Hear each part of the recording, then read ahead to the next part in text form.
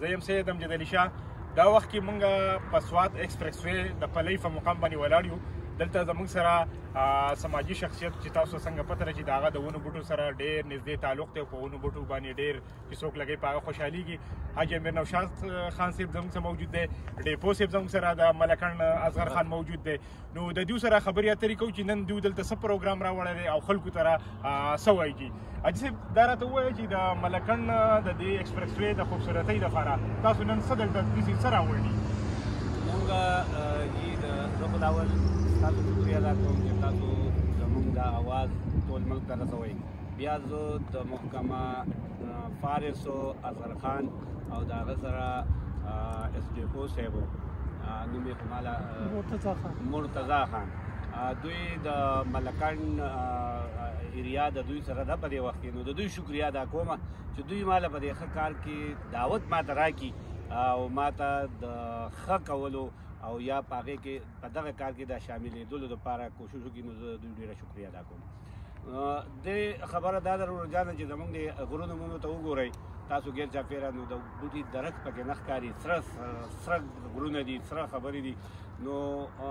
څنګه چې عمران خان حکومت راغلی دی په 2014 کې او هغه ته د KPK دپاره هغه د بلین ټري د لګولو حکم کړی و، په هغې باندې اوس د اوسه پورې محکمه فارست او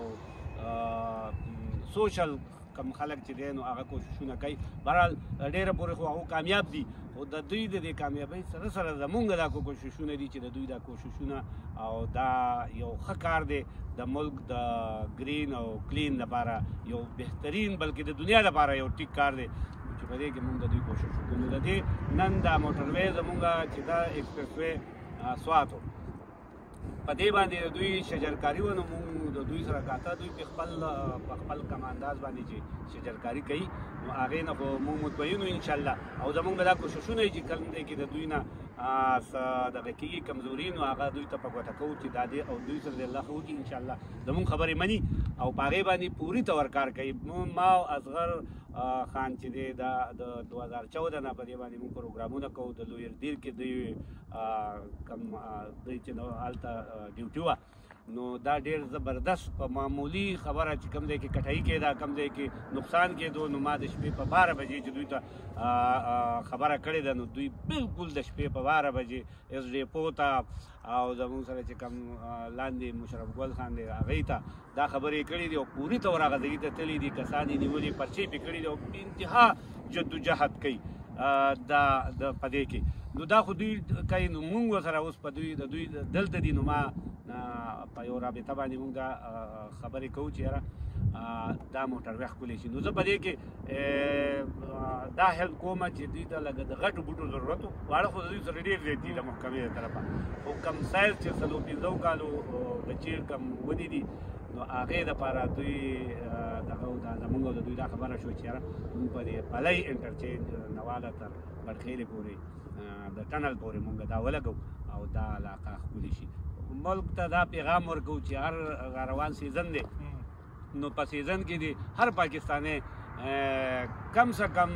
10 بوټي په خپل ماحول کې که په خپل ماحول نه وي نو په پردو دغو کې لارو کې کوڅو کې نال کي. نو زما خیال دی دا کار به زمونږ د دوی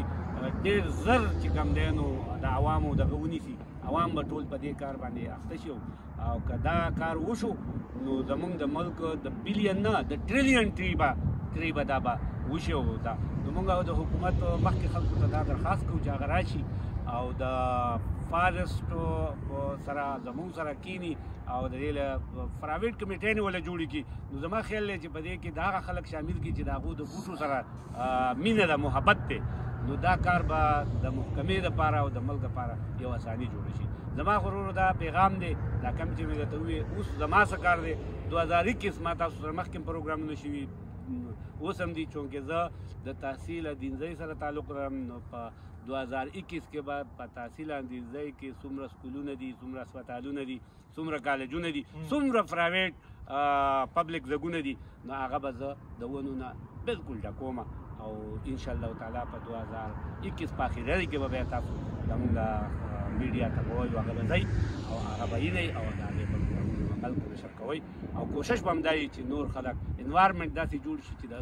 بوټي سره زموږ خلک محبت وکړي چې محبت شروع شو دا بیا نه ختمېږي نو د حکومت نه مونږ یو مطالبه کوو چې د دې علاقې دپاره په ګیس کې د ګیس په ریټ کې کمی راولي د بجلۍ په ریټ کې کمی راولي نور مراعات دی خلکو ته لرګی چې کم دلته راځي چې هغه دلته خلکو ته په کم ریټ باندې ورکړي نو د دې به ډېر زیات هیلپ وشي او د خلکو به د ونې او دغه سره محبت پیدا شي او دغه زموږ د ټول قوم او د ټول ولس زموږ دغه دی چې دا دې وشي ٹھیک شو مهرباني جی